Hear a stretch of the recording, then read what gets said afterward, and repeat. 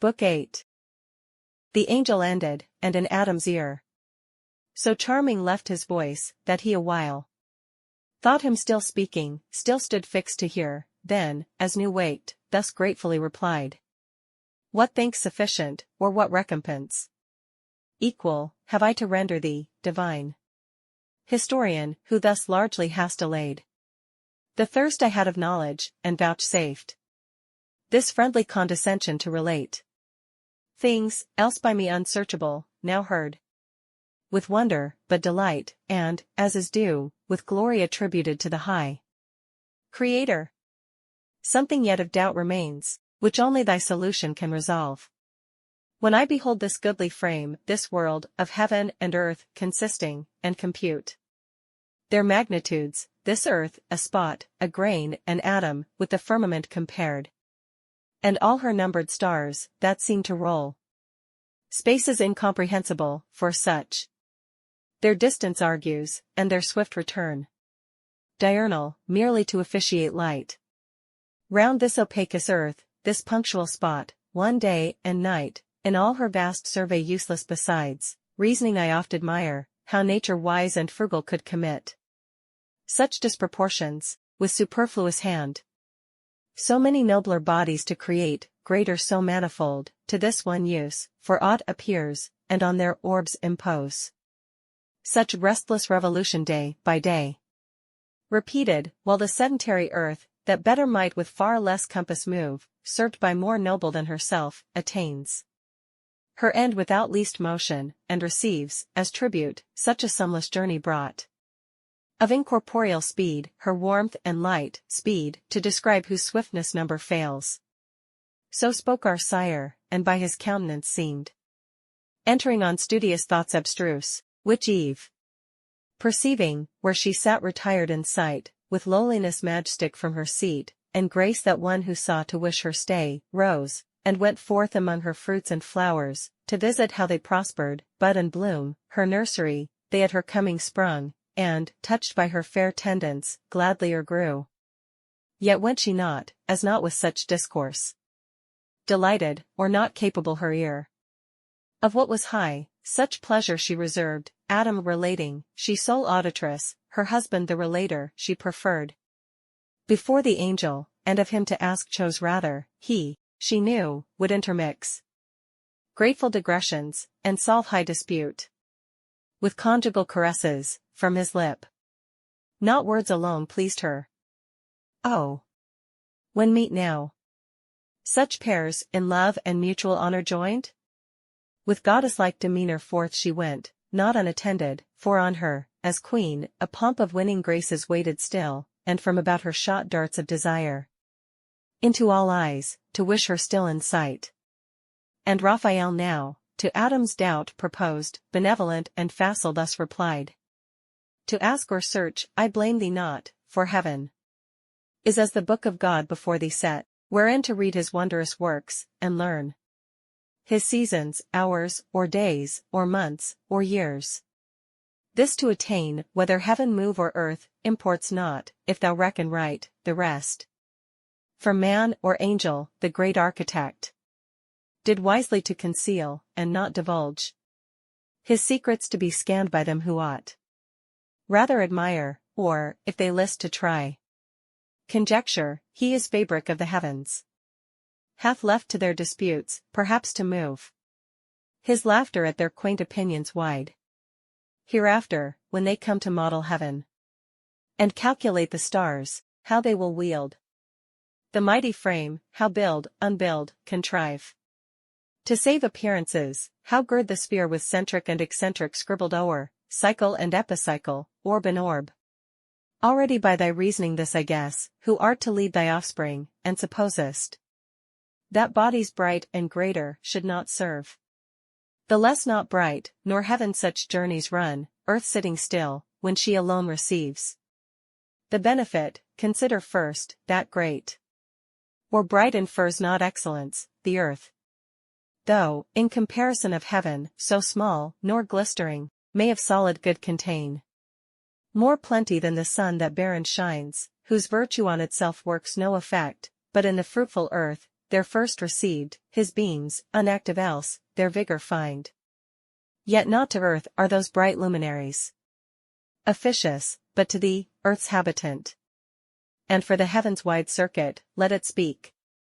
The Maker's high magnificence, who built so spacious, and his line stretched out so far, that man may know he dwells not in his own, an edifice too large for him to fill, lodged in a small partition, and the rest, ordained for uses, to his Lord best known. The swiftness of those circles attribute, though numberless, to his omnipotence, that to corporeal substances, could add speed almost spiritual. Me thou thinkest not slow, who since the morning hour set out from heaven where God resides, and ere midday arrived in Eden, distance inexpressible by numbers that have name. But this I urge, admitting motion in the heavens, to show invalid that which thee to doubt it moved, not that I so affirm, though so it seem. To thee who hast thy dwelling here on earth, God, to remove his ways from human sense, placed heaven from earth so far, that earthly sight, if it presume, might err in things too high, and no advantage gain. What if the sun be center to the world, and other stars, by his attractive virtue and their own incited, dance about him various rounds? Their wandering course now high, now low, then hid, progressive, retrograde, or standing still, in six thou sayest, and what if seventh to these? The planet Earth, so steadfast though she seem, insensibly three different motions move? Which else to several spheres thou must ascribe, moved contrary with thwart obliquities, or save the sun his labor, and that swift. Nocturnal and diurnal rom supposed, invisible else above all stars, the wheel of day and night, which needs not thy belief, if earth, industrious of herself, fetch day, travelling east, and with her part averse from the sun's beam meet night, her other part still luminous by his ray. What if that light, sent from her through the wide transpicuous air, to the terrestrial moon be as a star, enlightening her by day, as she by night? This earth? Reciprocal, if land be there, fields and inhabitants, her spots thou sayest. As clouds, and clouds may rain, and rain produce fruits in her softened soil, for some to eat. Allotted there, and other suns perhaps, with their attendant moons, thou wilt descry, communicating male and female light, which two great sexes animate the world, stored in each orb perhaps with some that live. For such vast room in nature unpossessed by living soul, disart and desolate, only to shine, yet scarce to contribute. Each orb a glimpse of light, conveyed so far down to this habitable, which returns light back to them, is obvious to dispute.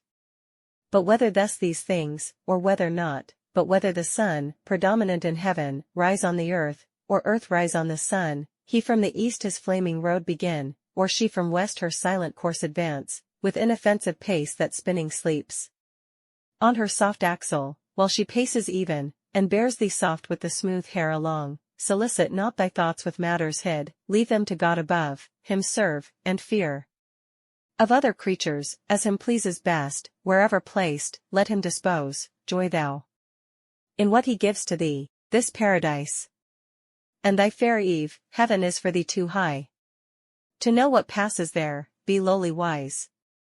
Think only what concerns thee, and thy being, dream not of other worlds, what creatures there live, in what state, condition, or degree, contented that thus far hath been revealed. Not of earth only, but of highest heaven. To whom thus Adam, cleared of doubt, replied, how fully hast thou satisfied me, pure intelligence of heaven, angel serene, and, freed from intricacies, taught to live the easiest way, nor with perplexing thoughts, to interrupt the sweet of life, from which God hath bid dwell far off all anxious cares, and not molest us, unless we ourselves seek them with wandering thoughts, and notions vain. But apt the mind or fancy is to rove unchecked, and of her roving is no end, till warned, or by experience taught, she learn, that, not to know at large of things remote from use, obscure and subtle, but, to know that which before us lies in daily life, is the prime wisdom, what is more, is fume, or emptiness, or fond impertinence. and renders us, in things that most concern, unpracticed, unprepared, and still to seek. Therefore from this high pitch let us descend a lower flight, and speak of things at hand. Useful, whence, haply, mention may arise. Of something not unseasonable to ask, by sufferance, and thy wonted favour, deigned. Thee I have heard relating what was done.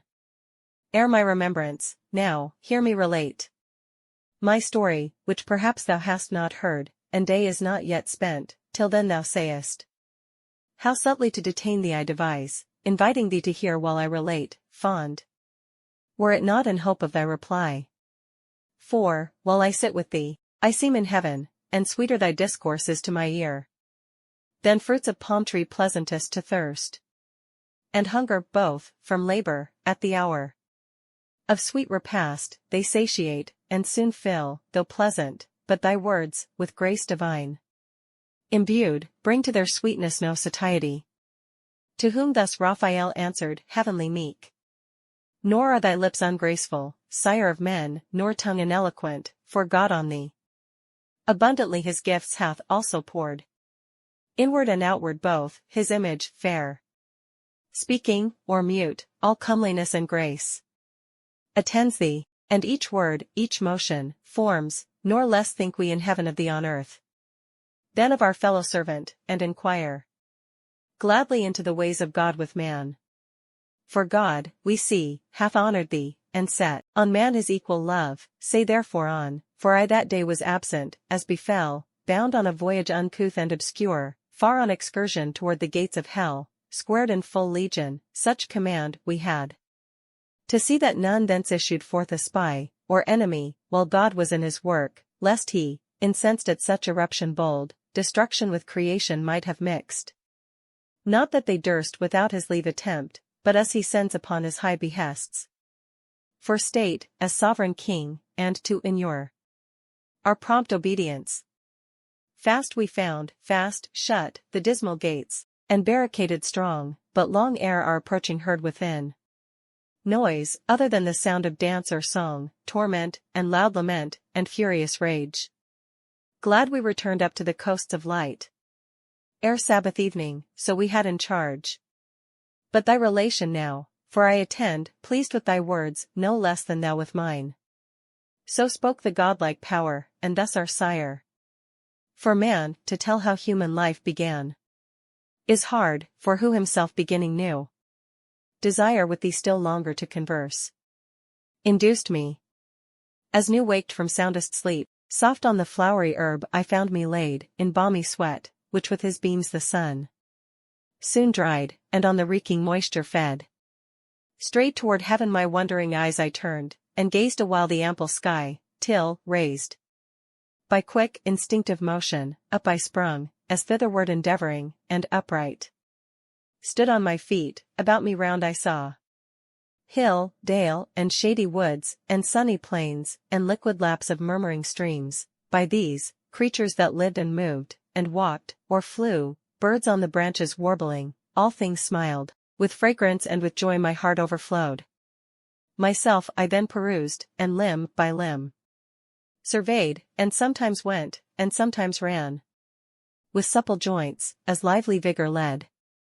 But who I was, or where, or from what cause, knew not. To speak I tried, and forthwith spoke, my tongue obeyed, and readily could name whatever I saw.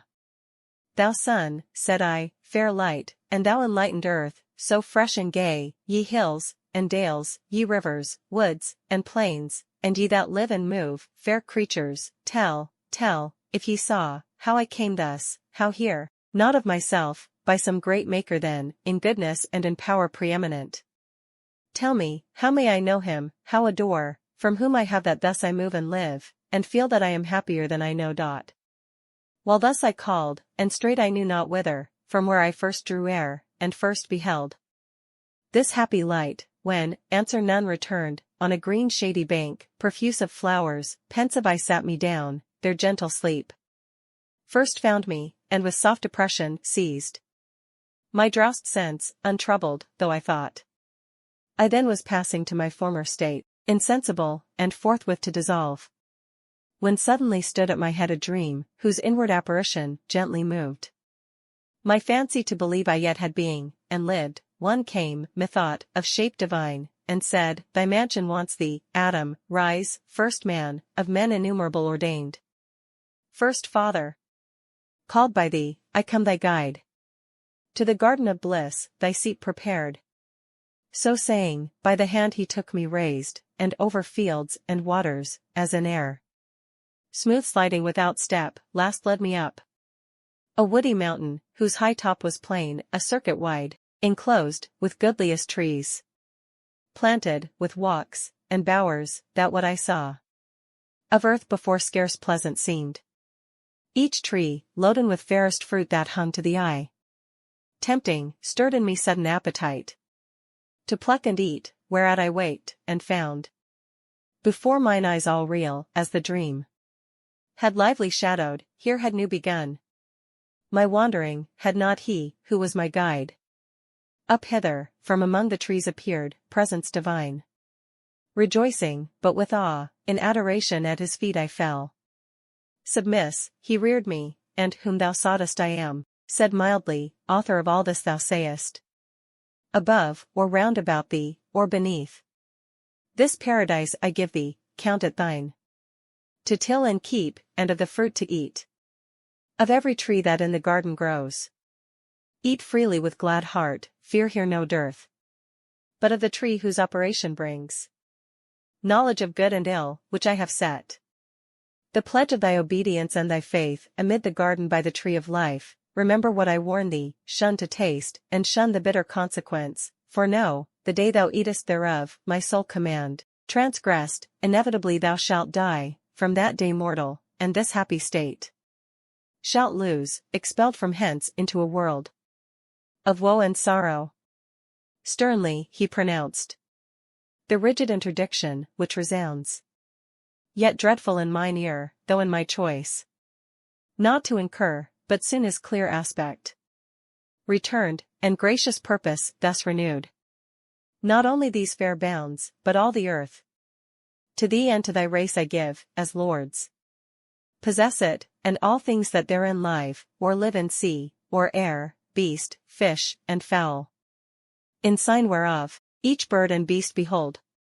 After their kinds, I bring them to receive from thee their names, and pay thee fealty. With low subjection, understand the same.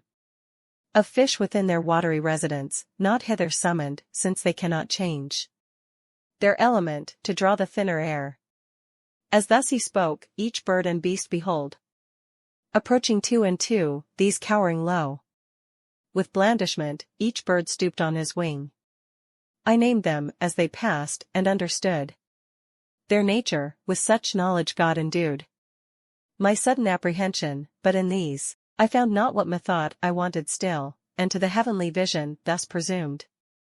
Oh, by what name, for thou above all these, above mankind, or aught than mankind higher, surpassest far my naming, how may I adore thee, author of this universe, and all this good to man, for whose well-being so amply, and with hands so liberal, thou hast provided all things, but with me I see not who partakes in solitude. What happiness, who can enjoy alone, or, all enjoying, what contentment find? Thus I presumptuous, and the vision bright, as with a smile more brightened, thus replied. What callest thou solitude? Is not the earth, with various living creatures, and the air replenished, and all these at thy command, to come and play before thee? Knowest thou not their language and their ways? They also know, and reason not contemptibly, with these. Find pastime and bear rule, thy realm is large. So spoke the universal Lord, and seemed so ordering, I, with leave of speech implored, and humble deprecation, thus replied. Let not my words offend thee, heavenly power, my maker, be propitious while I speak. Hast thou not made me here thy substitute, and these inferior far beneath me set? Among unequals what society can sort, what harmony, or true delight? Which must be mutual, in proportion due, given and received, but, in disparity, The one intense, the other still remiss, cannot well suit with either, but soon prove tedious alike. Of fellowship I speak, such as I seek, fit to participate all rational delight, wherein the brute cannot be human consort. They rejoice each with their kind, lion with lioness, so fitly them in pairs thou hast combined. Much less can bird with beast, or fish with fowl, so well converse, nor with the ox the ape, worse than can man with beast, and least of all. Whereto the Almighty answered, not displeased. A nice and subtle happiness, I see, thou to thyself proposest, in the choice of thy associates, Adam. And wilt taste no pleasure, though in pleasure, solitary. What thinkest thou then of me, and this my state? Seem I to thee sufficiently possessed of happiness, or not?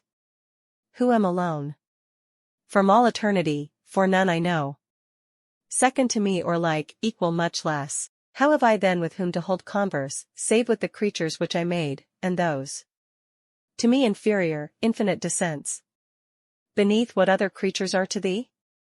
He ceased, I lowly answered, to attain the height and depth of thy eternal ways. All human thoughts come short, supreme of things. Thou in thyself art perfect, and in thee is no deficience found. Not so is man, but in degree, the cause of his desire, by conversation with his like to help or solace his defects. No need that thou shouldst propagate, already infinite, and through all numbers absolute, the one. But man by number is to manifest his single imperfection, and beget like of his like, his image multiplied, in unity defective, which requires collateral love, and dearest amity. Thou in thy secrecy, although alone, best with thyself accompanied, seekest not social communication, yet, so pleased, canst raise thy creature to what height thou wilt of union or communion, deified. I, by conversing, cannot these erect from prone, nor in their ways complacence find. Thus I emboldened spoke, and freedom used, permissive, and acceptance found, which gained this answer from the gracious voice divine. Thus far to try thee, Adam, I was pleased, and find thee knowing, not of beasts alone, which thou hast rightly named, but of thyself, expressing well the spirit within thee free, my image, not imparted to the brute, whose fellowship therefore unmeet for thee.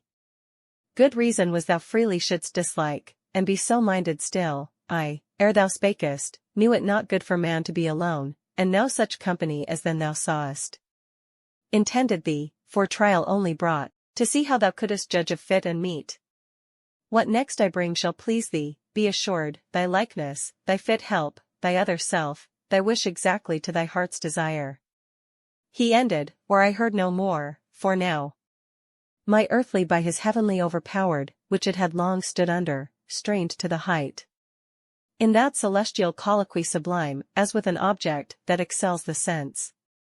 Dazzled and spent, sunk down, and sought repair of sleep, which instantly fell on me, called by nature as an aid, and closed mine eyes. Mine eyes he closed, but open left the cell of fancy, my internal sight, by which, abstract as in a trance, methought I saw, though sleeping, where I lay, and saw the shape still glorious before whom awake I stood, who stooping opened my left side, and took from thence a rib, with cordial spirits warm, and life-blood streaming fresh. Wide was the wound, but suddenly with flesh filled up and healed. The rib he formed and fashioned with his hands, under his forming hands a creature grew, manlike, but different sex, so lovely fair, that what seemed fair in all the world, seemed now mean, or in her summed up, in her contained.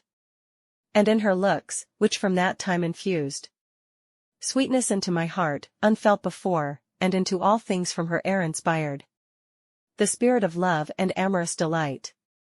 She disappeared, and left me dark. I waked to find her, or forever to deplore her loss, and other pleasures all abjure. When out of hope, behold her, not far off, such as I saw her in my dream, adorned with what all earth or heaven could bestow. To make her amiable, on she came, led by her heavenly Maker, though unseen. and guided by his voice, nor uninformed of nuptial sanctity, and marriage rites. Grace was in all her steps, heaven in her eye, in every gesture dignity and love.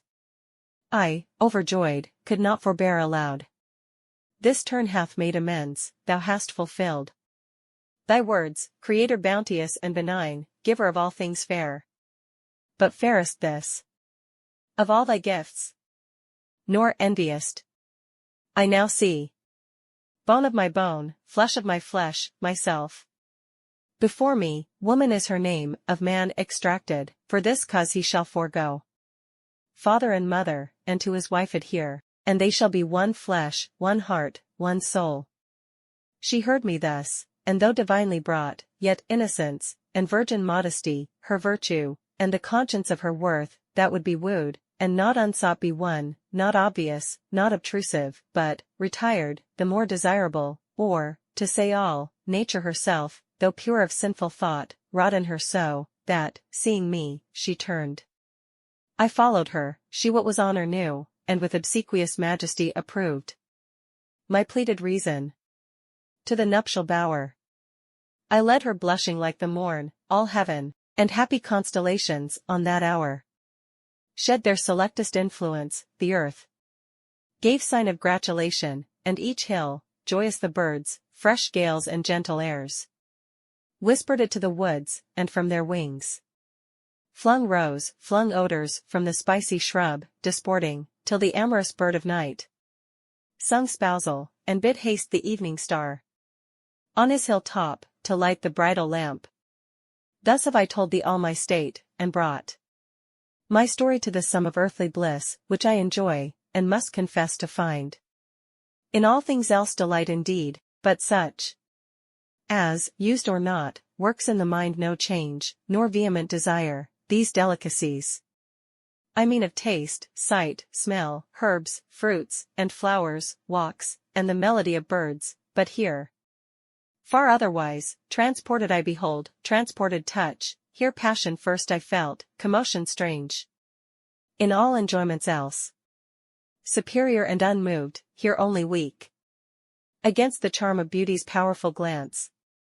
Or nature failed in me, and left some part not proof enough such object to sustain, or, from my side subducting, took perhaps more than enough, at least on her bestowed too much of ornament, in outward show elaborate, of inward less exact. For well I understand in the prime end of nature her the inferior, in the mind and inward faculties, which most excel, in outward also her resembling less his image who made both, and less expressing the character of that dominion given o'er other creatures, yet when I approach her loveliness, so absolute she seems, and in herself complete, so well to know her own, that what she wills to do or say, seems wisest, virtuousest, discreetest, best, all higher knowledge in her presence falls degraded, wisdom in discourse with her loses discountenanced, and like folly shows, authority and reason on her weight, as one intended first, not after made occasionally, and, to consummate all, greatness of mind and nobleness their seat build in her loveliest, and create an awe about her, as a guard angelic placed, to whom the angel, with contracted brow, accuse not nature, she hath done her part, do thou but thine, and be not diffident of wisdom, she deserts thee not, if thou dismiss not her, when most thou needest her nigh, by attributing overmuch to things less excellent, as thou thyself perceivest. For, what admirest thou, what transports thee so, and outside fair, no doubt, and worthy well thy cherishing, thy honoring, and thy love, not thy subjection, weigh with her thyself, then value, ofttimes nothing profits more than self-esteem, grounded on just and right. Well managed, of that skill the more thou knowest, the more she will acknowledge thee her head, and to realities yield all her shows, made so adorn for thy delight the more, so awful, that with honor thou mayest love thy mate, who sees when thou art seen least wise. But if the sense of touch, whereby mankind is propagated, seems such dear delight, Beyond all other, think the same vouchsafed. To cattle and each beast, which would not be. To them made common and divulged, if aught therein enjoyed were worthy to subdue the soul of man, or passion in him move. What higher in her society thou findest attractive, human, rational, love still, in loving thou dost well, in passion not, wherein true love consists not, lover finds the thoughts, and heart enlarges, hath his seat in reason, and is judicious, is the scale by which to heavenly love thou mayest ascend, not sunk in carnal pleasure, for which cause among the beasts no mate for thee was found. To whom thus, half abashed, Adam replied, neither her outside formed so fair, nor aught in procreation common to all kinds, though higher of the genial bed by far, and with mysterious reverence I deem. So much delights me, as those graceful acts, those thousand decencies, that daily flow from all her words and actions mixed with love, and sweet compliance, which declare unfeigned union of mind, or in us both one soul, harmony to behold in wedded pair. More grateful than harmonious sound to the ear. Yet these subject not, I to thee disclose what inward thence I feel, not therefore foiled, who meet with various objects, from the sense variously representing, yet, still free, approve the best, and follow what I approve. To love, thou blamest me not, for love, thou sayest, leads up to heaven, is both the way and guide. Bear with me then, if lawful what I ask. Love not the heavenly spirits, and how their love express they? By looks only? Or do they mix irradiance, virtual or immediate touch? To whom the angel, with a smile that glowed celestial rosy red, love's proper hue, answered, let it suffice thee that thou knowest us happy, and without love no happiness. Whatever pure thou in the body enjoyest, and pure thou wert created, we enjoy in eminence, and obstacle find none. Of membrane, joint, or limb, exclusive bars, easier than air with air, if spirits embrace, total they mix, union of pure with pure. Desiring, nor restrained conveyance need, as flesh to mix with flesh, or soul with soul. But I can now no more, the parting sun. Beyond the earth's green cape and verdant isles Hesperian sets, my signal to depart. Be strong, live happy, and love. But, first of all, him, whom to love is to obey, and keep his great command, take heed lest passion sway thy judgment to do aught, which else free will would not admit. Thine, and of all thy sons, the weal or woe in thee is placed, beware. I in thy persevering shall rejoice, and all the blessed, stand fast, to stand or fall, free in thine own arbitrament it lies. Perfect within, no outward aid require, and all temptation to transgress repel. So saying, he arose, whom Adam thus followed with benediction. Since to part, go, heavenly guest, ethereal messenger, sent from whose sovereign goodness I adore. Gentle to me and affable hath been thy condescension, and shall be honored ever. With grateful memory, thou to mankind be good and friendly still, and oft return. So parted they, the angel up to heaven from the thick shade, and Adam to his bower.